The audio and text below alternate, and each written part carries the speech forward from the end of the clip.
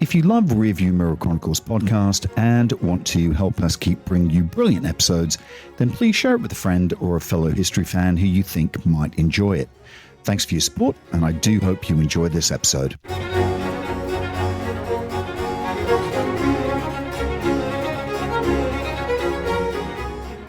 Hello, I'm Keith Hockton. Most people have never heard of the Mau Mau. But if you've spent any real time in Africa, if you've lived and breathed its dust and felt its heat and absorbed its stories, the very mention of the name is enough to send a ripple through your memory. It carries with it an eerie echo of something violent, something suppressed, something that was never quite spoken about in the open. And yet, despite the significance of what happened, the Mau Mau uprising has faded into the background of history. Maybe because it unsettles the neat narratives of empire, or maybe because it reveals too much of what lay beneath the polished veneer of British colonial rule. In the early 1950s, Kenya, still a British colony, was on the edge. The fertile highlands, once home to the Kikuyu people, had been seized and carved up for European settlers. Land that had been passed down through generations was now fenced off, controlled, commodified. The Kikuyu people, dispossessed and displaced, were herded into reserves, stripped not only of their land, but of their rights, their political voice, and their dignity. Colonial rule bore down with increasing force, imposing heavy taxes, restricting crops, outlawing local political expression. And all the while, the resentment simmered, and it was only a matter of time before it boiled over. In 1952, the British authorities declared a state of emergency, not because of an invading army, but because a rebellion had taken root in the shadows. The Mau Mau, as the fighters became known, were mostly Kikuyu, and they rose from the forests with homemade weapons and fire in their hearts. They weren't organized in any conventional military sense whatsoever, but they were bound together by something far more powerful, a shared history of dispossession, a sacred sense of duty, and a series of solemn oaths sworn in clandestine ceremonies that turned their struggle into something far, far deeper than politics.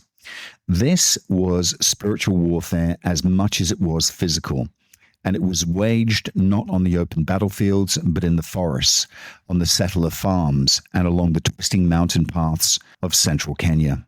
They struck at night, targeting colonial outposts and settler homesteads, often with terrifying precision. And in response, the British came down with all the force and fury of an empire that knew it was in its final act. Detention camps were established, villages were cleared, and people were rounded up, tortured, and interrogated, and it was brutal, and it was systematic. I remember my time in Kenya as a kid. We lived in Nairobi in the late 1970s, and to me, I have to say it felt like paradise. My dad worked for East African Airways in engineering, and most weekends we'd pile into the family sedan and drive down to Mombasa, winding our way towards the coast, where I remember distinctly the air was thick with salt and sea, and it was always warm. And I remember those days with great, great fondness. Innocent, golden, untouched, really, by any sense of history's darker shadows. But even then, stories about the Mau Mau would filter through. My parents, like many of the British expats of that era, spoke of the Mau Mau with a kind of hushed dread. There were tales of white settlers being murdered in their beds, betrayed by their own workers, men and women they trusted, who had turned on them in the dead of the night. And these stories were told with a seriousness that left no doubt whatsoever. And I absorbed them, as children do, without question. It seemed clear. The Mau Mau were monsters, they were savages, they were fanatics, and they'd killed thousands of Europeans. And yet, years later, I began to realize that these were just one version of events. Stories passed down by those who had a stake in how the past was remembered. Stories shaped by fear, by loss, and by the need to justify essentially an entire system of rule. As I began to read more, to dig deeper, to explore the many sides of what had actually happened in Kenya during those years, I began to understand that the truth was far more complicated and also far more uncomfortable. The real question, the one that really began to gnaw at me the more I learned, was this: what was the British Empire really about? What lay beneath the grand narratives of civilization and order and progress? And when it comes to stories like the Mau Mau uprising, so raw, so contested, so fiercely buried, was the empire really as bad as some people say? Or was it, in fact, worse? I think everywhere in the world, people want to believe the best about their ancestors. It's natural. We grow up hearing stories that paint them as brave, decent, and hardworking, never the villains. We don't picture them as monsters because to do so would force us to question the very foundations of our identity, right? But there's a reckoning that comes eventually, or at least there should be. And in Britain, when it comes to the legacy of empire, that reckoning is still in its very early stages. No matter the era, to rule over another people, to take their land, to govern their lives, to profit from their labor, requires violence. It requires domination. And the British Empire, for all its pageantry and pomp, was no gentler than any of the others. It simply told better stories about itself. There's a name you may not know, Caroline Elkins, but hopefully by the time this story ends, I hope it stays with you. Elkins is a Pulitzer Prize-winning historian, a professor at Harvard, and one of the few people who dug deep enough to uncover just how much Britain had tried to cover, to forget. She gave expert evidence in the Mau Mau trials held in London between 2010 and 2013, when a small group of very elderly Kenyans sued the British government for the atrocities committed during the Mau Mau uprising. What Elkins discovered shocked even her, not just because of the brutality itself, but because of the way it had been hidden. She had been stonewalled and pressured and even threatened. Documents had been destroyed. Entire archives were missing. It wasn't just a cover-up. It was a system designed to effectively erase a chapter of history that didn't fit the empire's story of itself. I've spoken to people who lived through the Mau Mau through the years, both white settlers and black Kenyans. And whenever I bring it up, I see the same thing. There's always a slight flinch, a pause, a flicker of something hidden, something buried. For many, it's not just a historical event. It's a trauma that's been passed down, and it's remembered in fragments. A grandmother who never spoke about it, an uncle who still won't. The Mau Mau uprising, without question, was one of the darkest episodes in Kenya's history. But if we're going to talk about it honestly, we need to be willing to unpack it, to hold both the horrors and the context in our hands. It began in earnest in the early 1950s. The Kikuyu, Kenya's largest ethnic group, rose up against British colonial rule. It was a deeply, deeply complex rebellion, part anti-colonial for sure, part revolt, part civil war. The violence was very real and it was quite terrifying. Settler families were killed in their homes. Loyalist Africans, those seen as siding with the British, were also targeted. Blood was absolutely spilled. But here's a number that's often lost in the telling of that story. 32 Europeans died in total, not the thousands that I'd been told as a child. 32. Now let's compare that to the scale of the British response. The uprising lasted from 1952 to 1960, though the worst of the fighting was actually over probably by about 1954. The British military swept through the forests, hunting Mau Mau guerrillas, detaining thousands, many who had never taken up arms against them. Entire villages were uprooted. Torture became routine. People were beaten, they were starved, men were castrated, women were raped, people were hanged.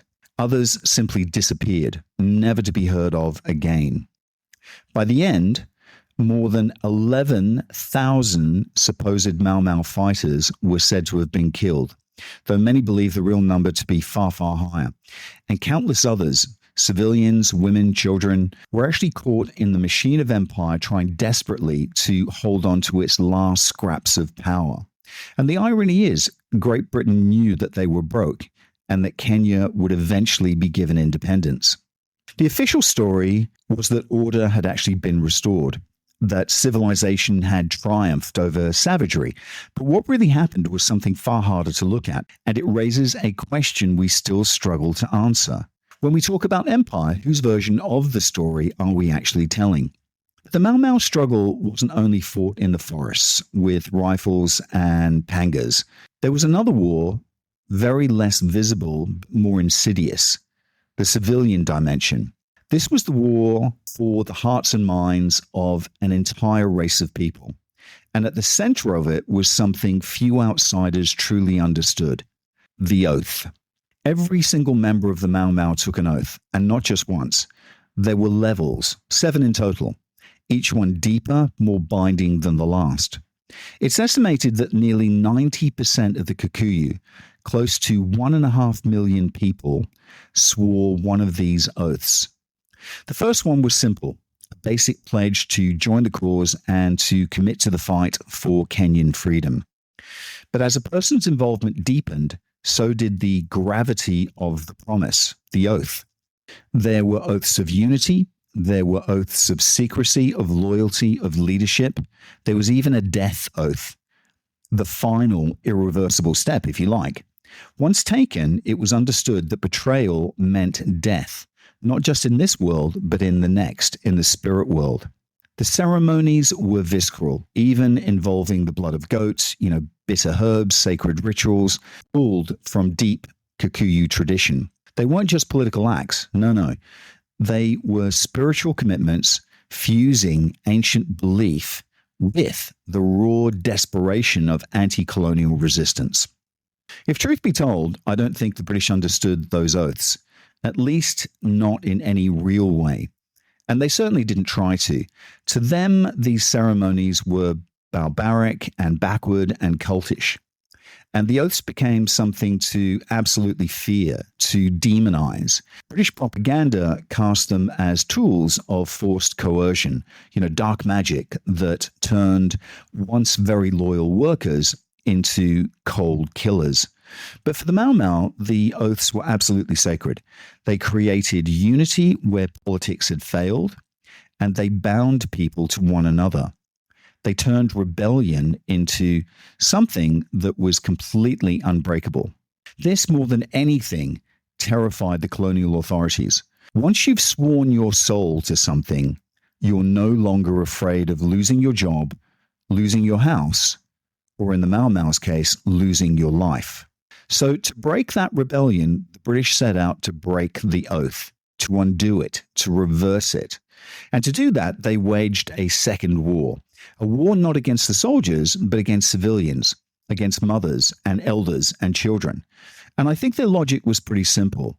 It was very brutal and colonial to the core. If the Kikuyu had pledged themselves to the Mau Mau, they could be repledged, this time to Queen and Empire. But to achieve that, they had to be stripped of absolutely everything else first. Detention camps were built, dozens of them, scattered across the country like scars. The goal wasn't just to detain fighters, it was to round up almost the entire Kikuyu population, break them psychologically, physically, spiritually, and then reconstruct them as loyal British subjects. Inside those camps, people were tortured, they were starved, they were beaten, and in many cases, while it was happening, they were forced to sing God Save the Queen as a symbol, if you like, of their realignment. It was absolutely Orwellian in its cruelty, brainwashing really disguised as rehabilitation. It was empire at its ugliest, wearing a mask of civilization. But to really understand how we got there, you have to take one step further back. The Second World War had just ended, and while Britain was packing up its imperial machinery in India and forming Pakistan and Bangladesh, Africa was a different story altogether. In Southeast Asia, the sun was setting on colonialism. Independence movements were surging, and keep in mind, Malaya was also in a state of emergency. The idea of empire was being dismantled in real time. But in Africa, the story didn't end. It was just beginning again. In the years after the war, vast stretches of Kenyan land were actually handed out to white settlers, often British war veterans, as kind of an imperial reward. Thank you for serving us. Here's some free land in Kenya.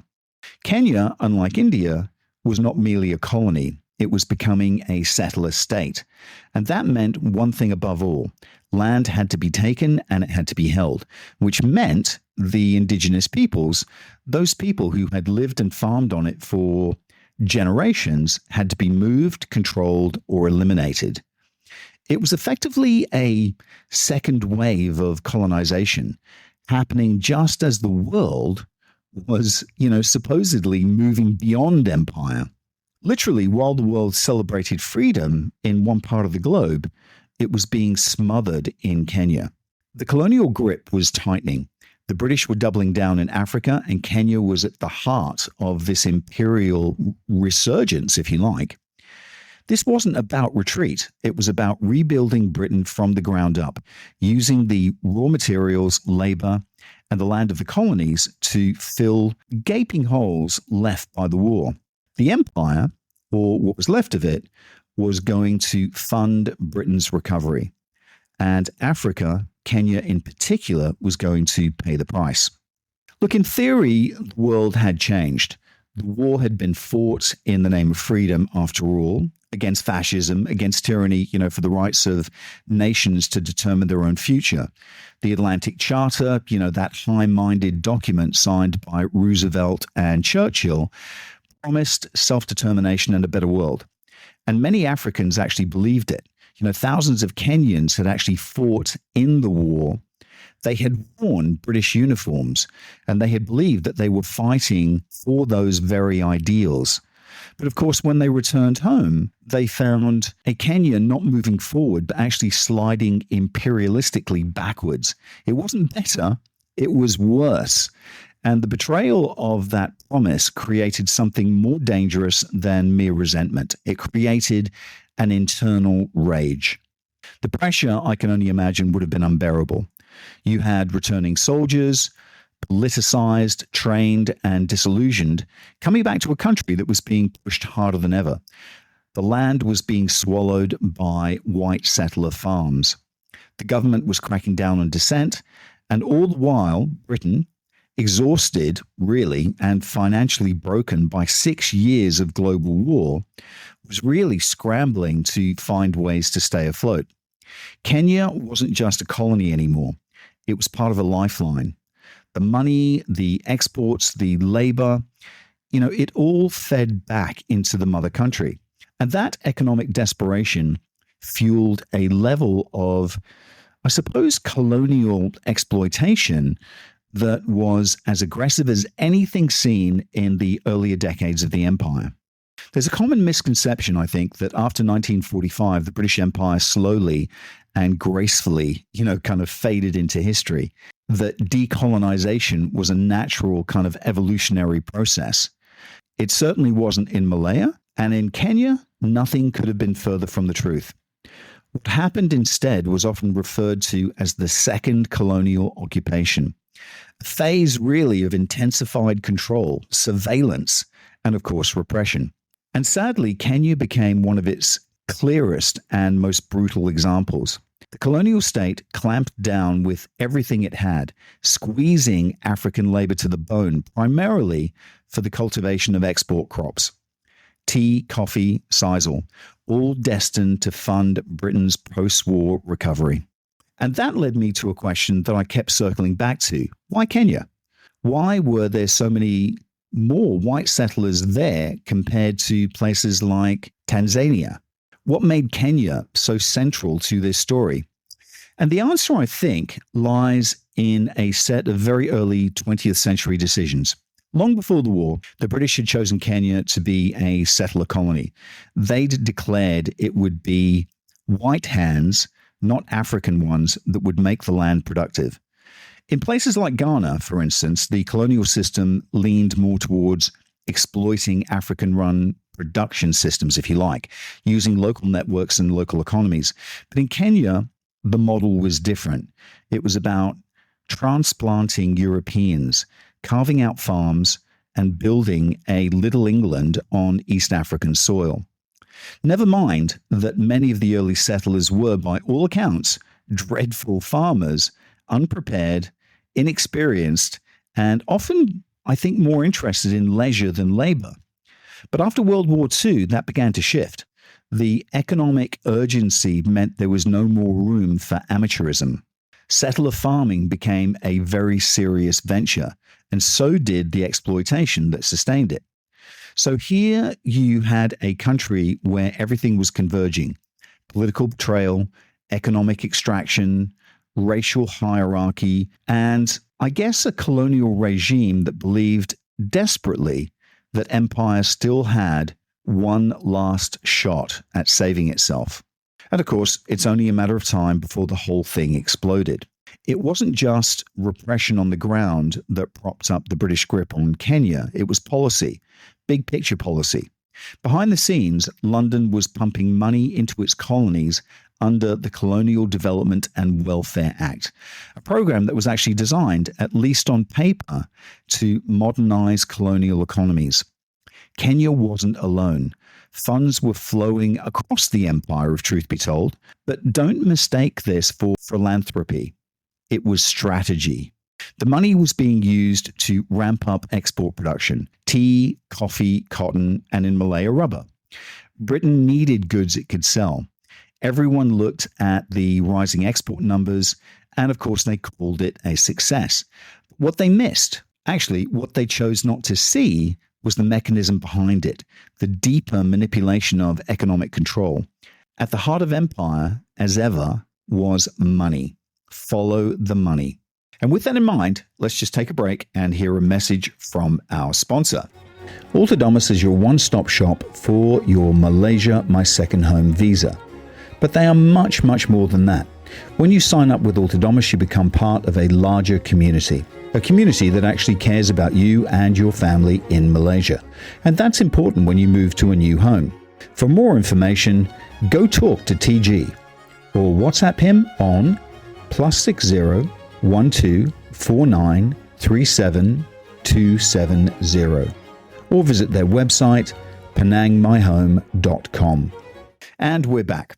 Okay, look, if truth be told, it was all about monetary policy. And in that respect, the British Empire remained ruthlessly efficient.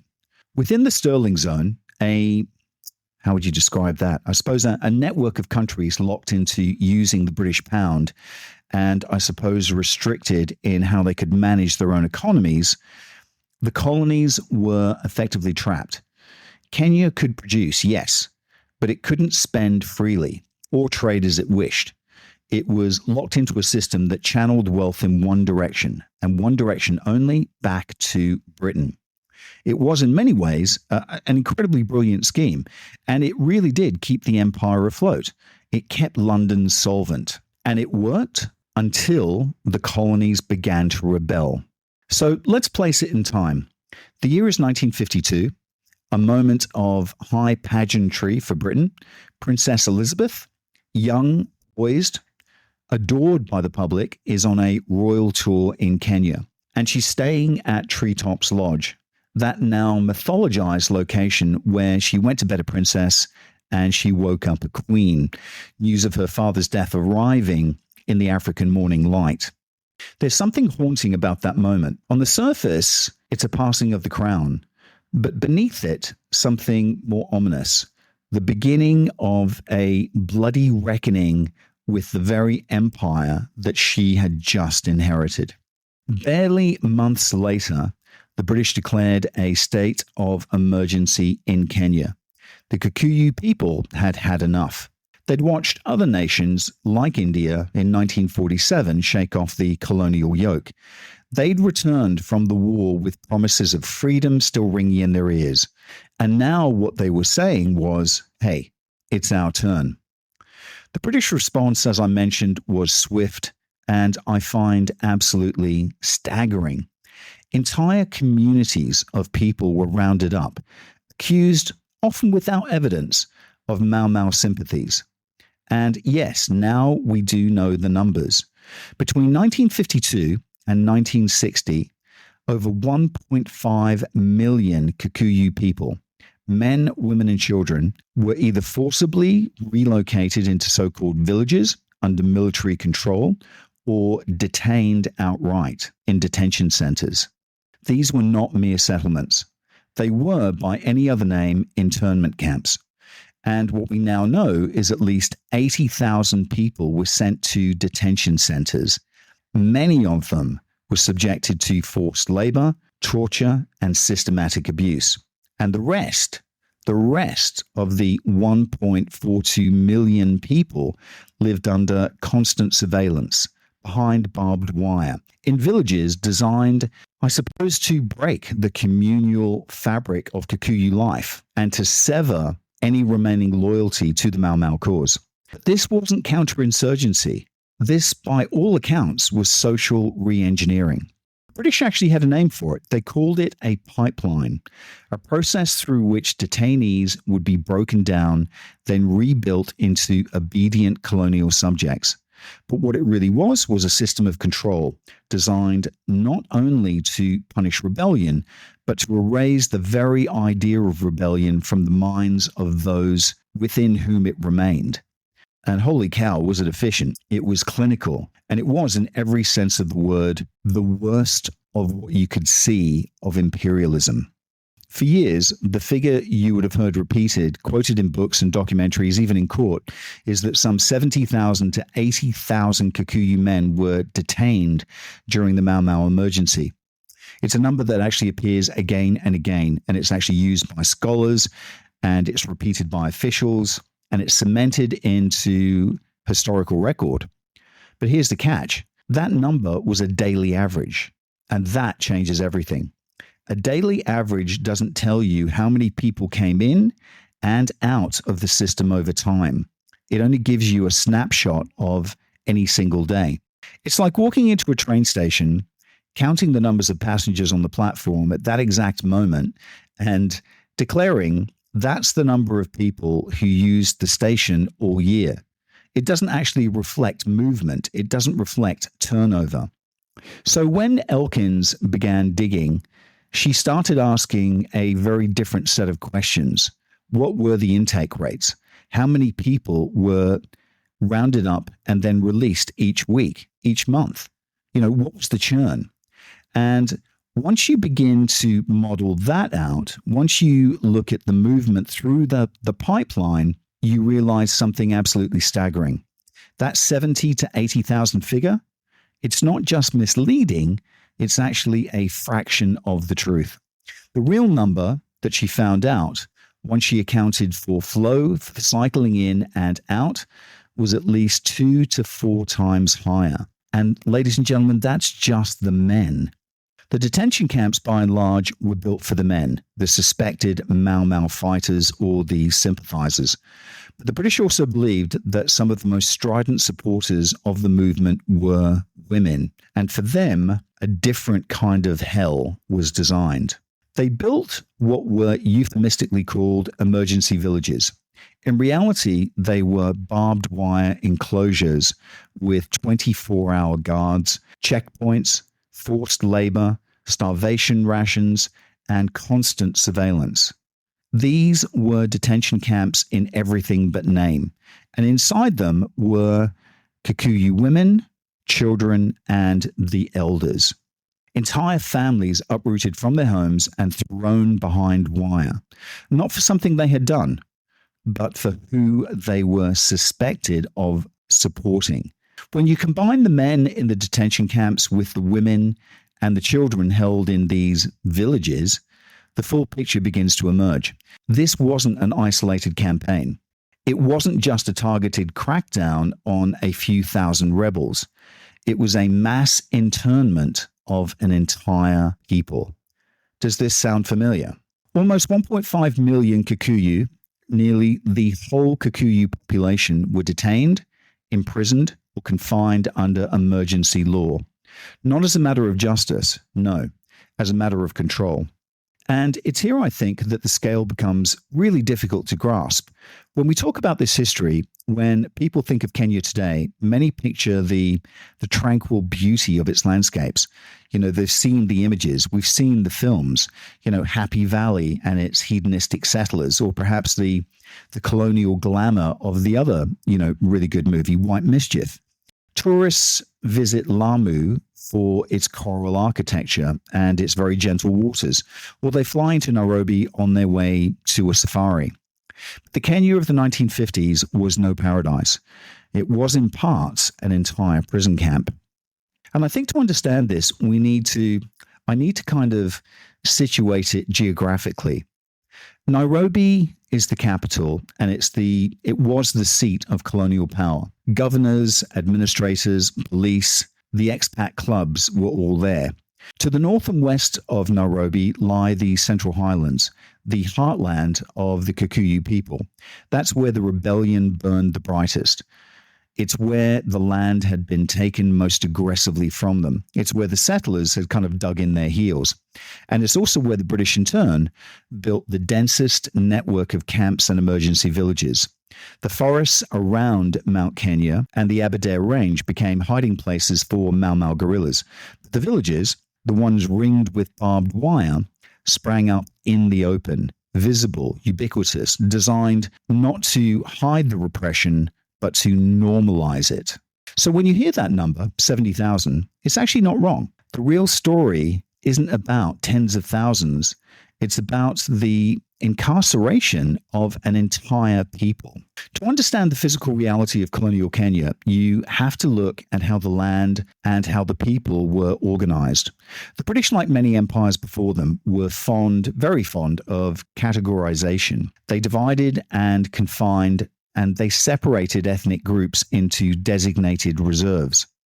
So effectively for the Kikuyu, those reserves lay north of Nairobi, stretching towards the slopes of Mount Kenya. This was the land that they had lived on for generations. But under colonial rule, it became a kind of an open-air prison, if you like. And when the Mau Mau uprising began, even those fragile spaces of autonomy were torn away. The British just didn't want to control people. They wanted to break them. So they came in with matches. Entire homesteads were torched. Families were rounded up and forcibly moved into what became known as emergency villages. Though I have to say, villages is far too gentle a word for what they actually were. These were barbed wire enclosures, hastily constructed and permanently guarded and built to punish people. And people were crammed into them under the pretext of protection. They were nothing more than detention centers. They existed to sever community bonds, to instill fear, and to rewire, if you like, loyalty. The formal detention camps, the ones that appear in the official records, were primarily for men. But the emergency villages, these were, as I've mentioned, for everyone else, women, children, elders, and they were about 800 of them. If you've ever been to the coast of Kenya, to Mombasa, to Lamu in, say, February, you'll know what that heat feels like.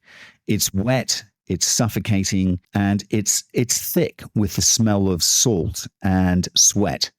Now imagine the same heat, but inside a makeshift detention camp with no sanitation, no proper shelter, and barely enough food to survive on, and a permanent stench of human suffering. These were the conditions for thousands upon thousands, and the system was nationwide. There were 800 of these villages set up, and there were 40 such detention camps scattered across Kenya, and the men were routinely moved between them depending on how cooperative they were deemed to be. You know, some were marginally better, others indescribably worse.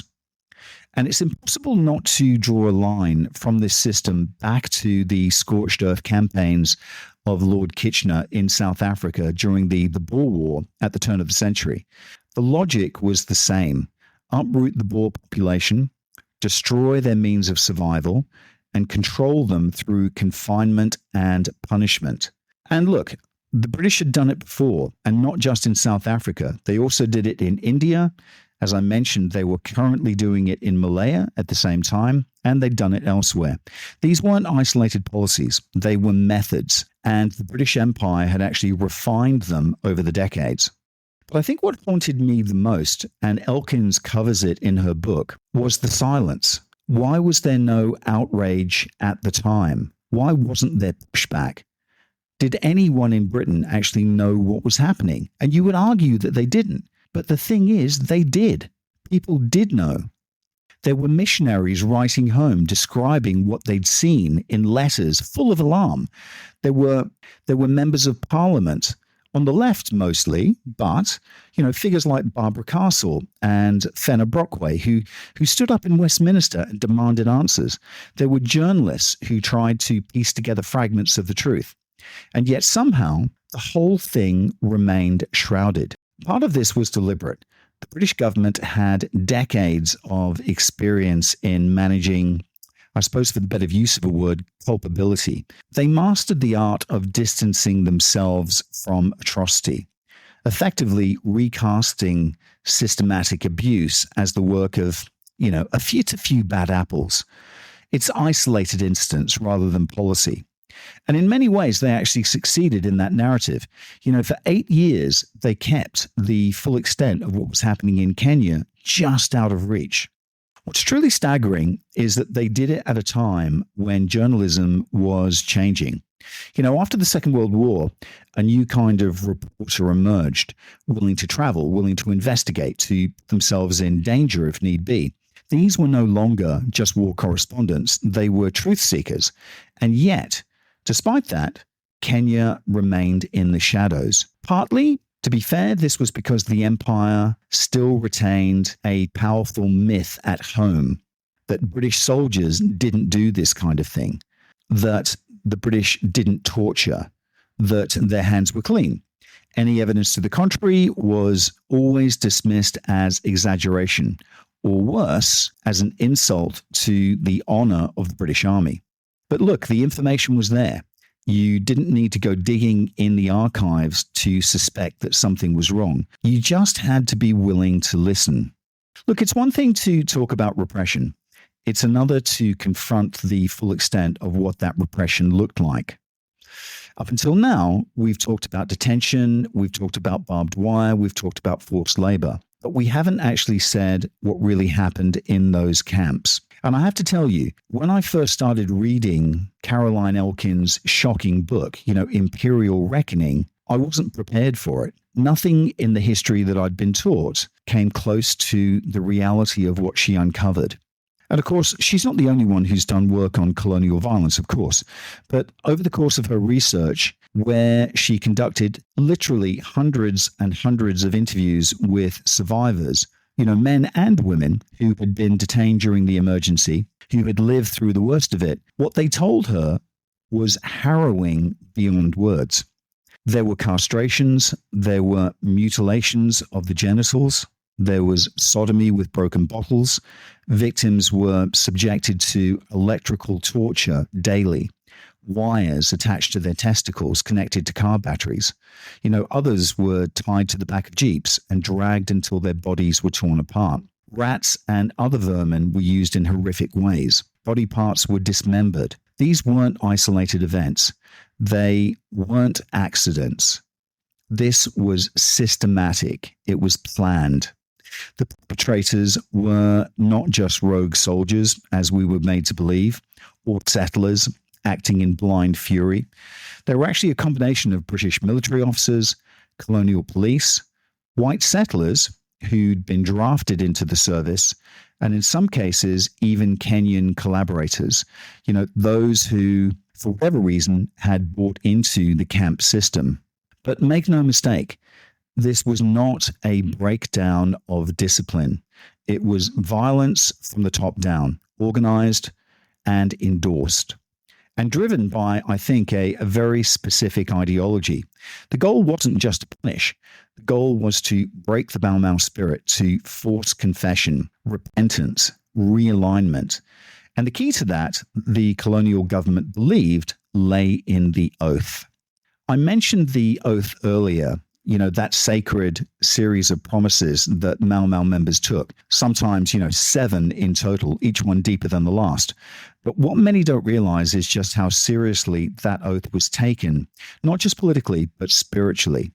It wasn't just a vow, it was a covenant. And to break it, to confess it, was to risk divine punishment. Each oath ended with a very chilling invocation. If I reveal this oath to anyone, may this oath kill me. This was a real belief that to betray that oath would invoke the wrath of the Nagai, the Kikuyu god. And yet, the British counterinsurgency strategy was built around one idea: to break the oath.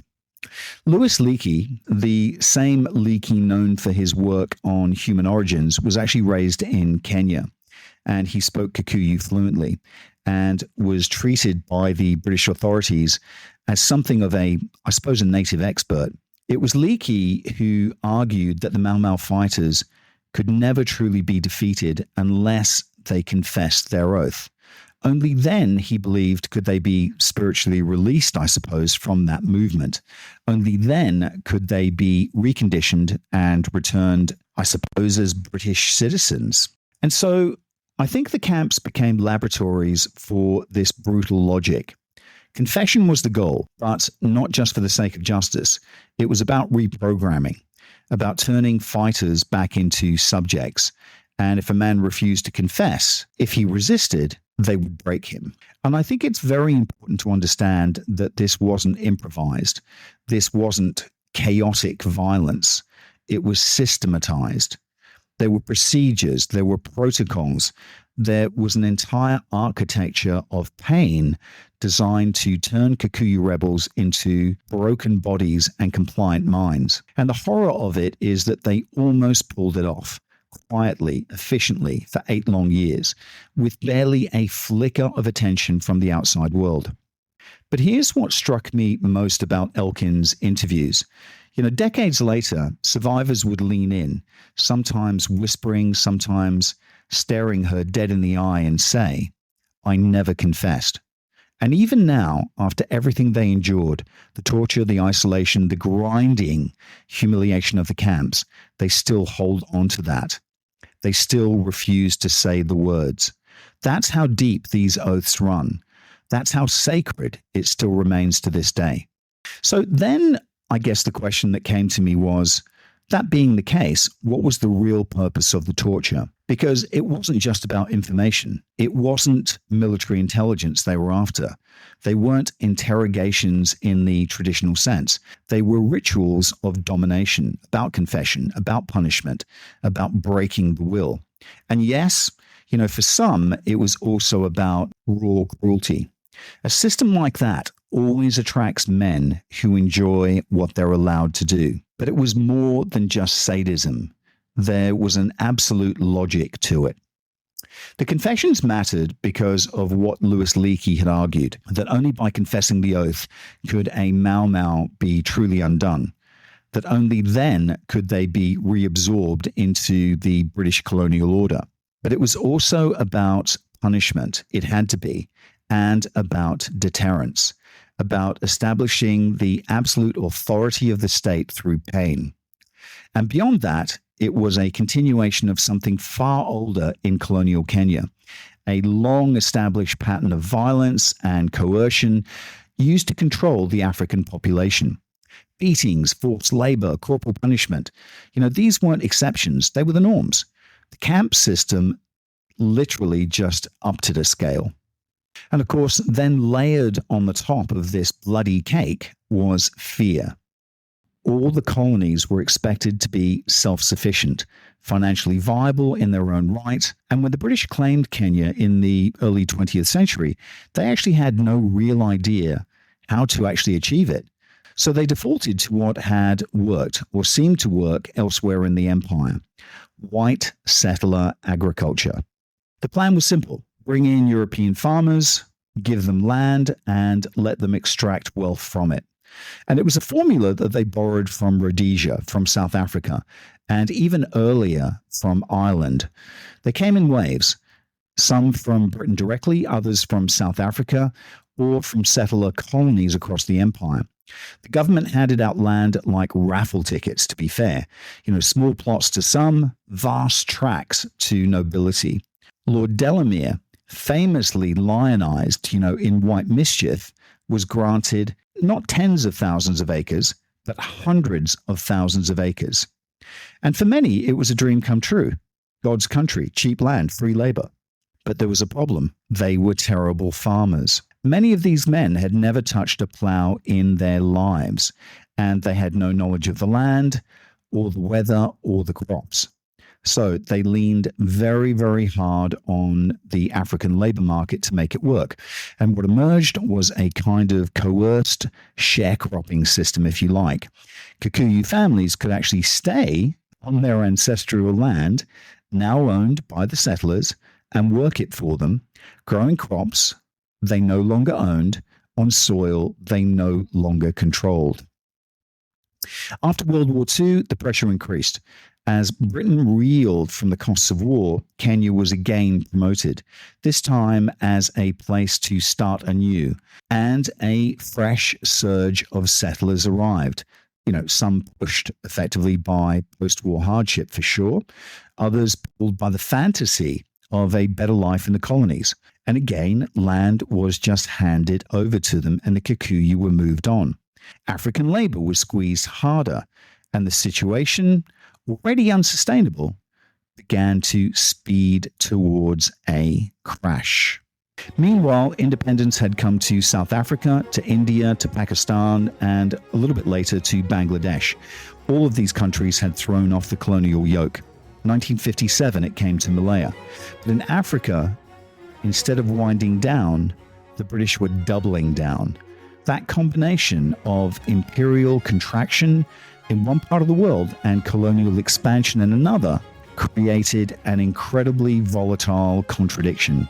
Kenya was a train wreck waiting to happen. And with that, ladies and gentlemen, we'll call an end to part one, but please dial in to part two to find out what Elkins discovered and how it all came to light. Bye for now.